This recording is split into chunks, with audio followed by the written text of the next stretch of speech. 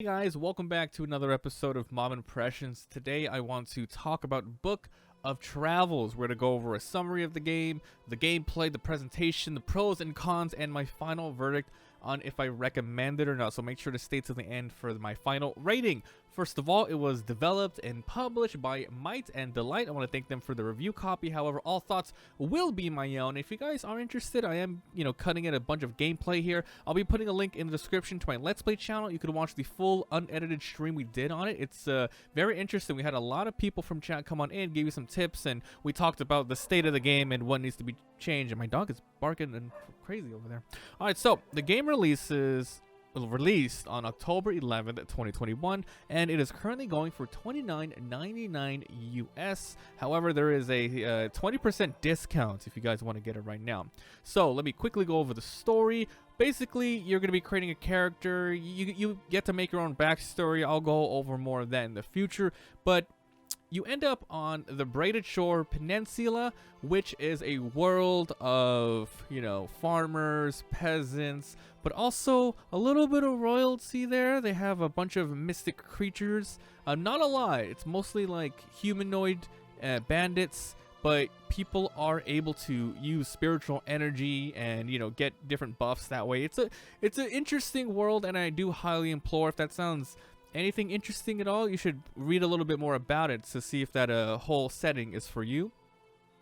The genre, it's in early access right now. They have a long roadmap. It's insane. You guys can check on the Steam page. There is a ton of updates, which I am excited for.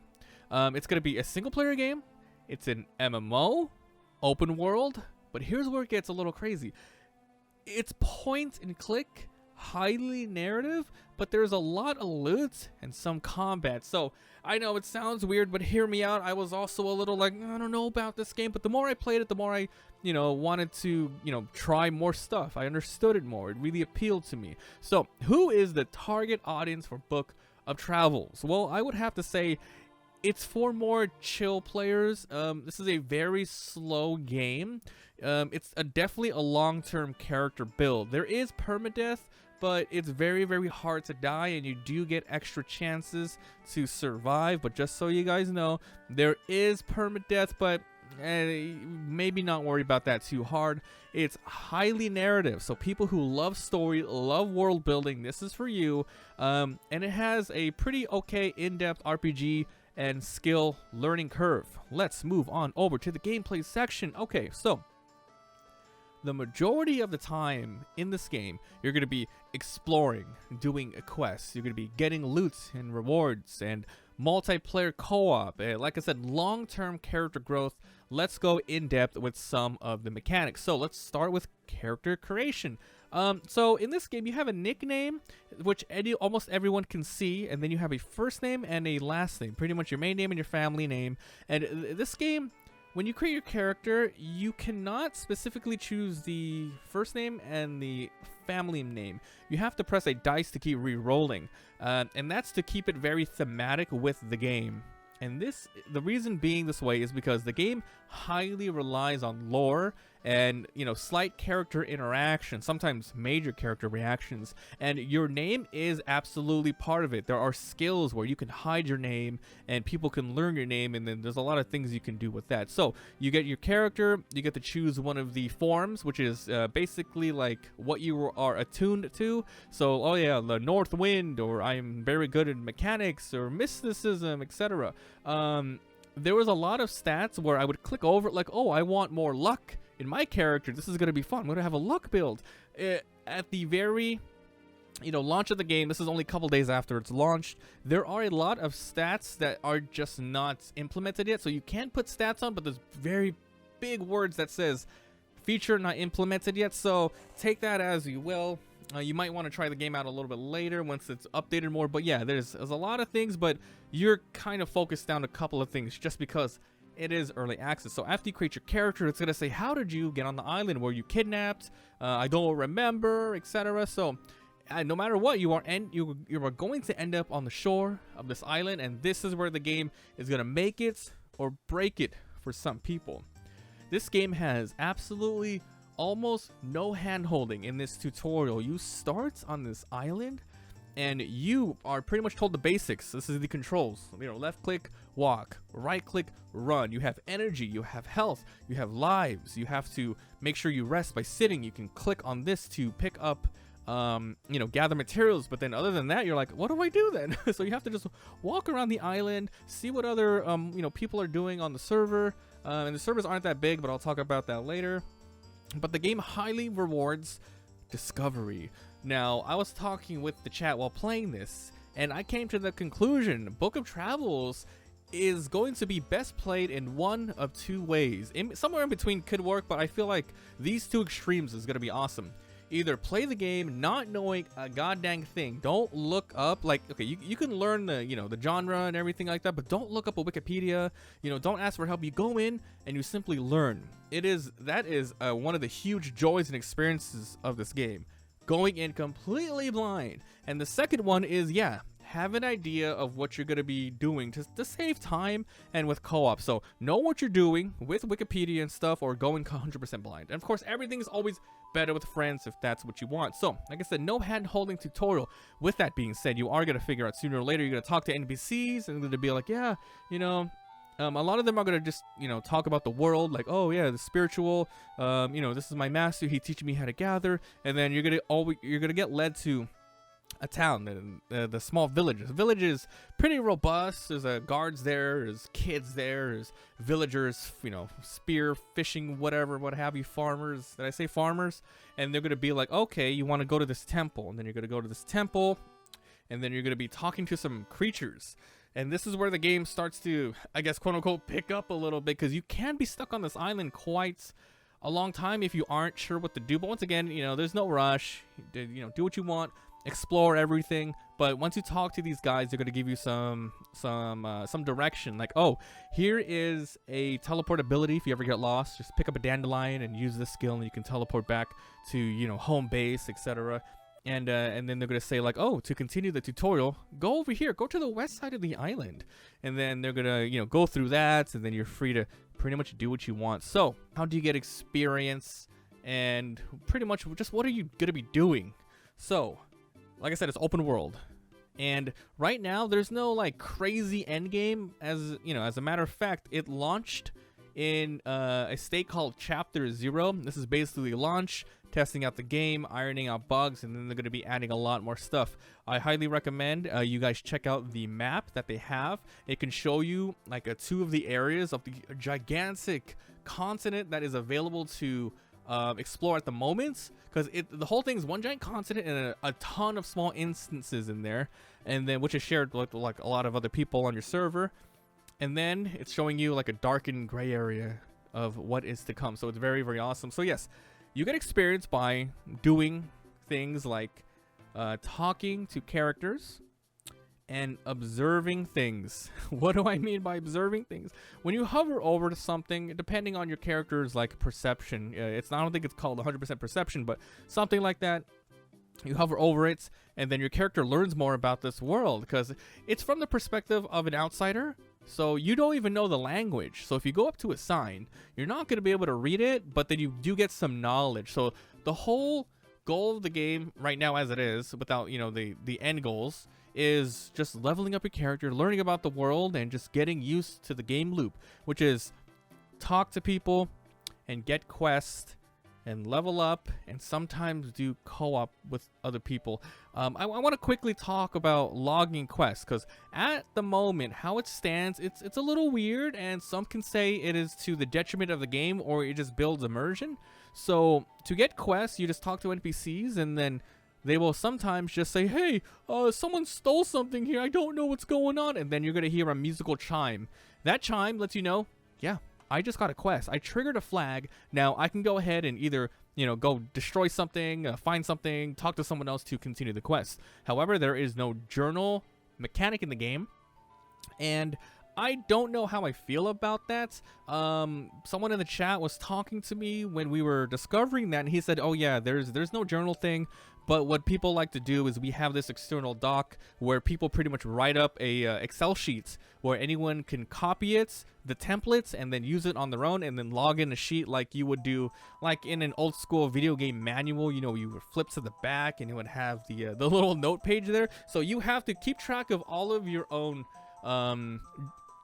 quests. And this game, it has set quests. I'm not 100%, but I don't think there's repeatables. I think you just go do your stuff and then you get rewards off of it, and then you get knots.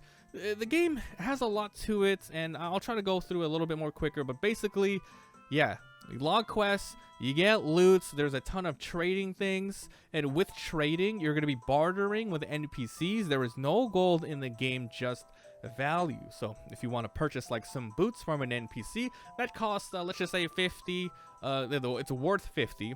You can put in like a couple of gems here or there to trade, and maybe the value ends up at 65, but that's all you got, so you just simply trade it that way. So loot items like consumables, edibles, and then equipments. Now this game, I really like the equipment system. It's nothing too fancy, but it is very RPG-like. You can wear hats, you can have an offhand like a walking cane, a lantern, you can have a main hand, which is usually a sword right now, and then you have a chest plate, boots, a cape. Did I say hats? And you can have a pipe, 2 rings, and then a necklace, and they all give you different stats. Some upgrade your attack power, some give you defensive abilities like warding, and which is called warding, and then you have a speed, and then you have burden. Now, I can also pick up backpacks. So let's quick talk about combat. It's very far in between, right? It's very few and far in between combat encounters, at least from what I have seen in the very early sections of the game. But combat is how it follows, right? So the game, basically, you're walking around, left click, do this, left click, left click, left click. Oh, an enemy, what's going to happen? Well, when you get in range, you have to press a hotkey or press the button to go into a battle stance.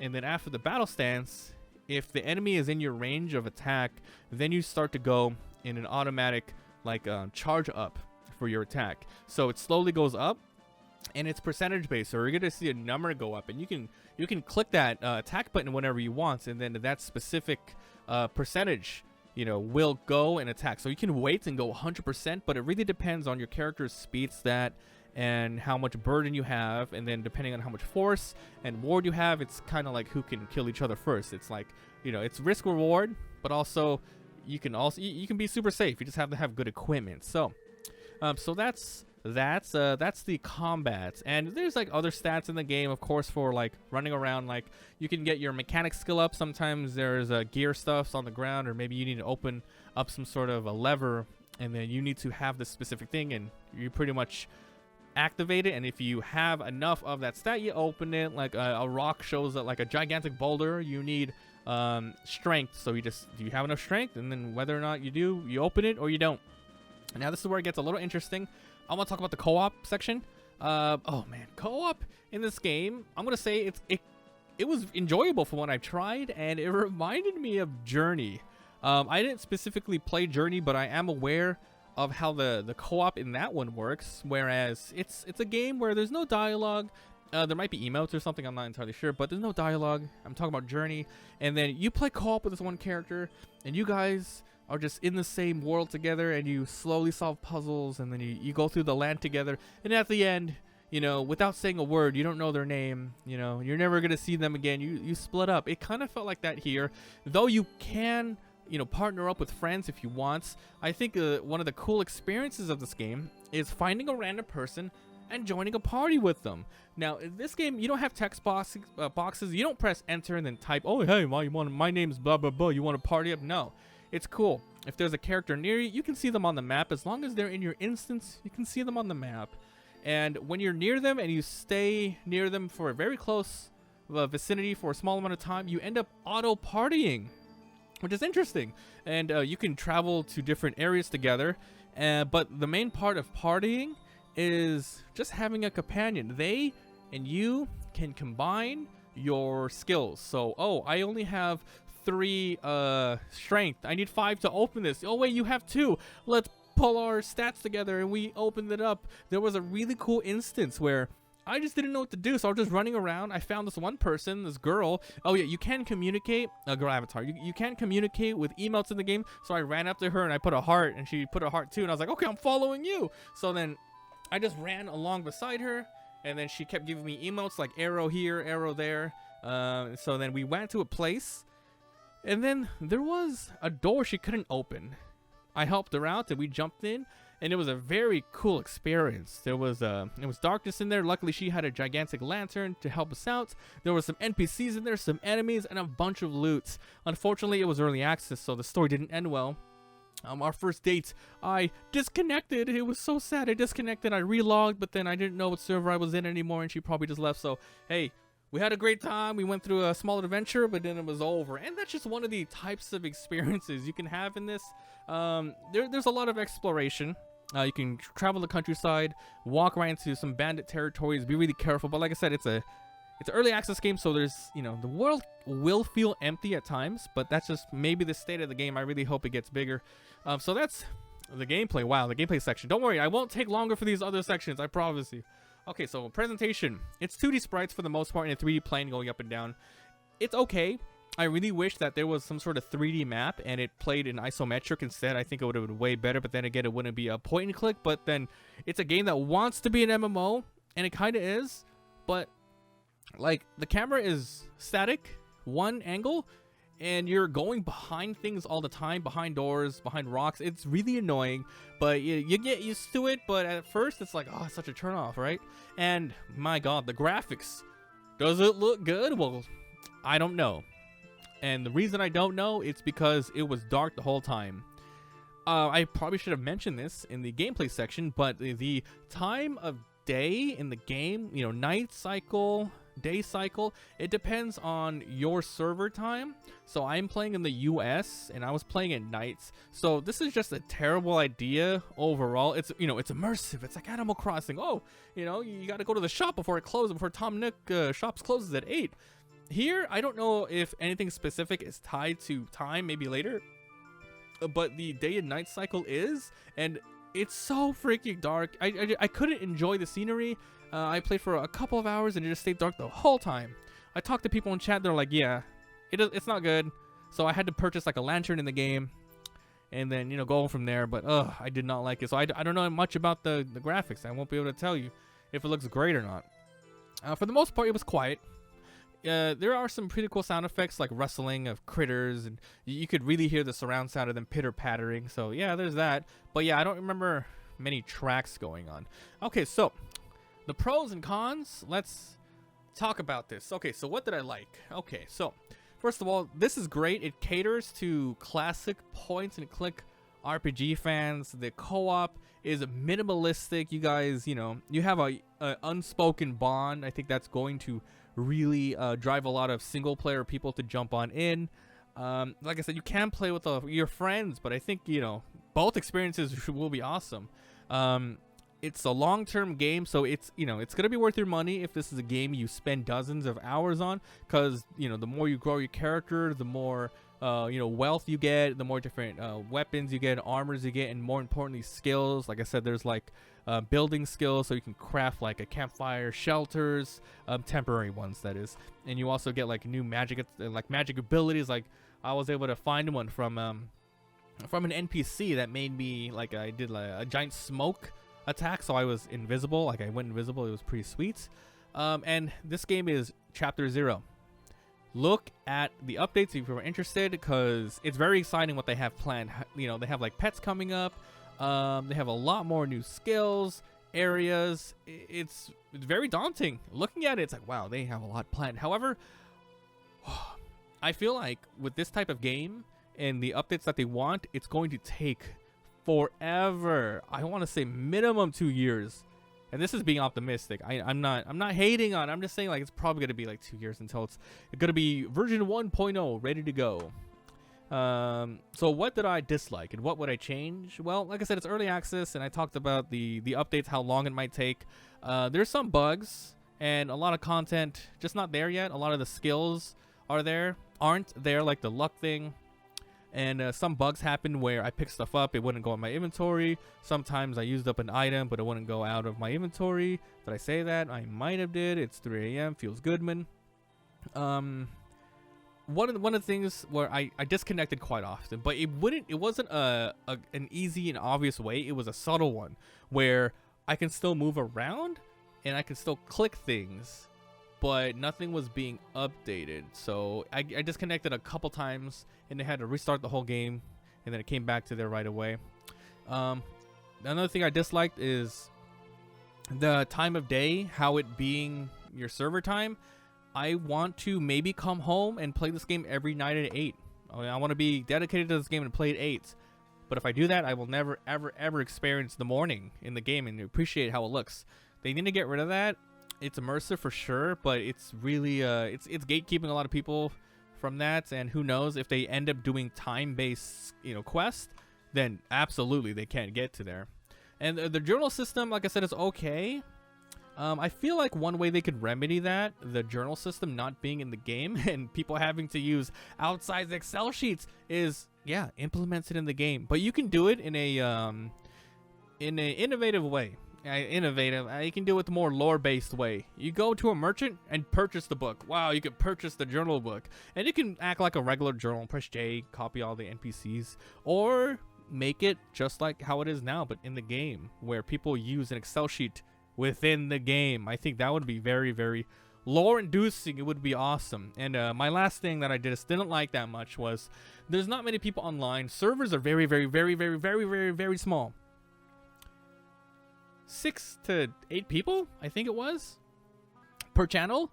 And it's not a giant world, so you will see people here and there, but you're not going to see like groups of 5 running around or anything like that. As a matter of fact, I don't know how many people are playing the game. But yes, this it's very small, and maybe this is just a stress test portion, launch. I don't know if they plan to do anything else, because like once the maps end up getting larger and larger and larger, it's going to be harder to find people randomly. So hopefully, man, I don't even know, but like 25 to 50 people need to be on at once the game starts getting larger. So yeah, those are the goods and bads. Time for my final verdict. Yeah, the game has amazing potential. It's a great start, but definitely not for everybody. Like I said, it's a very slow game, point and click, world building, slow paced, heavy RPG mechanics, not great in-game co-op mechanics, very minimalistic.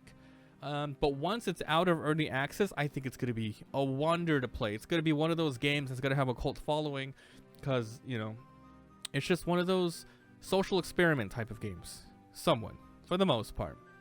So I'm not going to continue playing it, and that's only because I respect what they're doing. I appreciate what I've tried so far, but I do not want to get burnt out. I don't want to play for 50 hours, and then maybe if they update the game, I'm going to have to remake another character, another build, and then, be like super too familiar with the world and just be like, I know what to do. I can meta this. I can do that. That's not going to be fun. So what I do recommend the game. I recommend it. Play it and support them, and try for about 12 hours, and then maybe slow down for a bit, jump in every once in a while when they do updates, and then maybe when they do the final push for 1.0, that's when you highly go in for days at a time. It's gonna be great. So yeah, Book of Travels. Oh, it's a tough one, but I'm gonna have to go final verdict. It's a 50-50. I'm sorry, it's a 50-50. It's simply because it is early access and it is a small niche. I enjoyed it, and I'm sure if you got to the end of this episode, you were interested in the game, and it's probably going to be for you. But for the most part, the general public, it's going to be a tough call for them. It's going to be a very tough call, because it is somewhat of a slow burn and an old school experience with the point and click and heavy story. Just wait for more content, and man, it's going to move up for sure. So if you guys enjoyed, leave a like. It helps a lot. If you haven't already subbed for daily videos, oh man, this review ended up being 24 minutes long. But I had a lot to say about this. I really did, and that's to the testament of the game. There was a lot of mechanics I wanted to make sure I talked about, I covered, so you guys are aware of what you're getting yourselves into if you do choose to try this game out.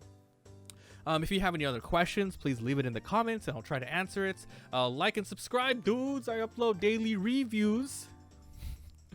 And if you want to see the unedited footage, of course, there's a link to my Let's Play channel. It's called MabiVsGamesVOD, and please come by Twitch. That's where all of it was streamed. Thanks for watching, and I'll see you guys next time.